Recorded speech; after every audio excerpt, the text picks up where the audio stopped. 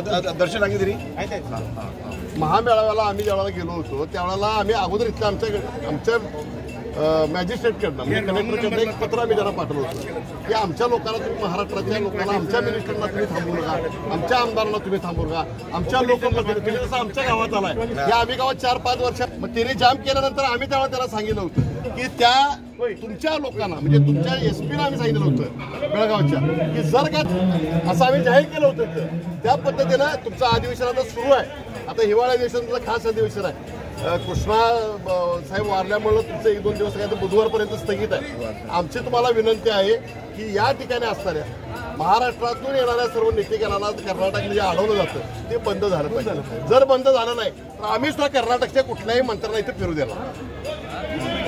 आमदारांना तुम्ही अडवलंय, काय नेमका विषय होता? कोल्हापूर जिल्ह्याच्या कलेक्टरना आम्ही कळवलं होतं की महामेळाव्याला परवानगी तिथल्या कलेक्टरने द्यावी बेळगावच्या, त्यांनी परवानगी दिली नाही.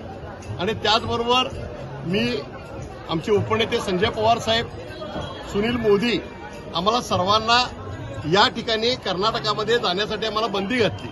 9 तारखेला शिवसेना उद्धव बाळासाहेब ठाकरेचे हजारो शिवसैनिक जात असताना या कोगनुळी नाक्यावर त्यांनी अडवलं आणि महामेळाव्याच्या टायमाला अटक करून दडपशाहीचं धोरण मराठी भाषिकांच्यावर केलं.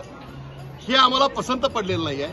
आणि ज्या पद्धतीनं आज आम्ही जर कर्नाटकात जात असो, जर कर्नाटकचे लोक पोलीस आम्हाला जर अडवत असतील तर शिवसेना उद्धव बाळासाहेब ठाकरे पक्षाच्या वतीनं कर्नाटकाच्या मंत्र्यांना, कर्नाटकाच्या येणाऱ्या लोकप्रतिनिधींना, अधिकाऱ्यांना आम्ही अडवणार असं आम्ही जाहीर केलं होतं.